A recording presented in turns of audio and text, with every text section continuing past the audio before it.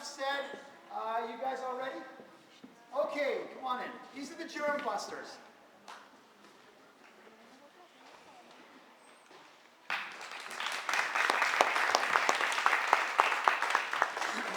Nice and tight, guys. Guys, there's not a lot of room, so kind of get close, pretend you like each other. That's it. Hi, we are the GermBusters, and our project for this year is transportation of germs.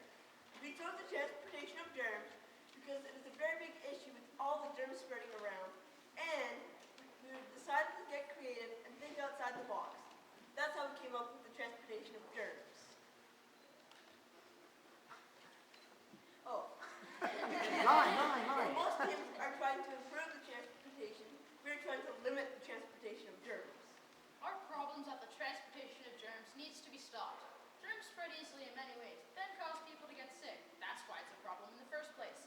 Ways germs spread are simple things like contact, which is like handshaking, body fluids like spit, and coughing or sneezing.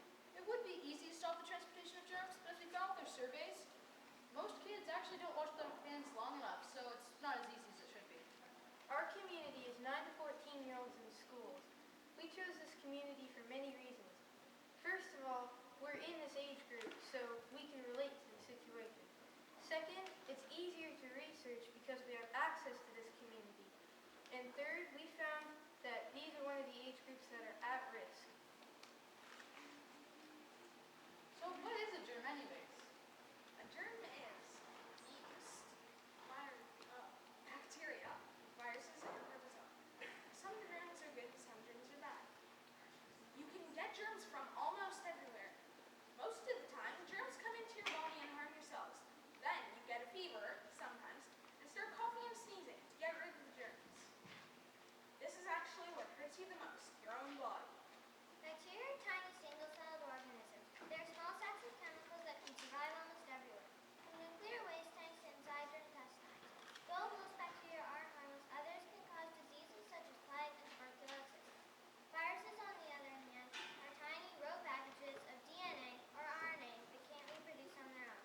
Some viruses are lethal, like HIV and influenza, while others simply cause the common cold and chickenpox. Germs do many things to you. One of the examples is viruses. Viruses hijack your cells and use them to reproduce.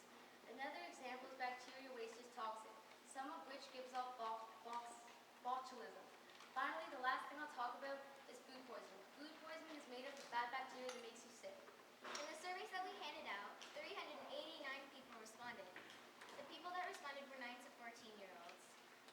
We learned that most people do wash their hands, that most kids don't wash their hands long enough, people don't use hand sanitizer, and that most schools provide hand sanitizer for their students.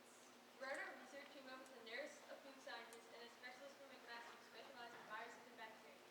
During these lectures, we learned the difference between a virus and bacteria. For example, H1N1 is a virus because of its envelope. 1H and 1N is definition envelope the virus is within. Some other questions we asked were things like, how do viruses grow? How do they make you sick?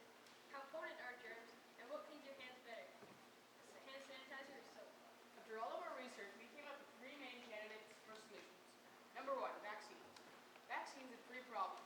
They're expensive to the government, they only kill viruses, and they can sometimes have some bad side effects. Our second solution is hand sanitizer. Hand sanitizer is good, but it has one problem. It kills the good germs in your hands as well as the bad germs. So if you use it too often, you're actually more likely to get sick. So our main solution is wash your hands for 20 seconds and with soap. This can be done whenever necessary and with no problem. I think, though, that this is best explained in a song.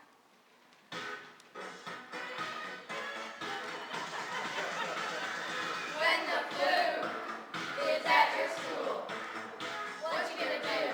Another busting. When you sneeze and cough and don't look good, don't be spreading germ busting. Invisible germs spreading hand to hand. How you gonna stop it? Germ busting. So what you do is wash your hands properly like the GermBusters. Ow!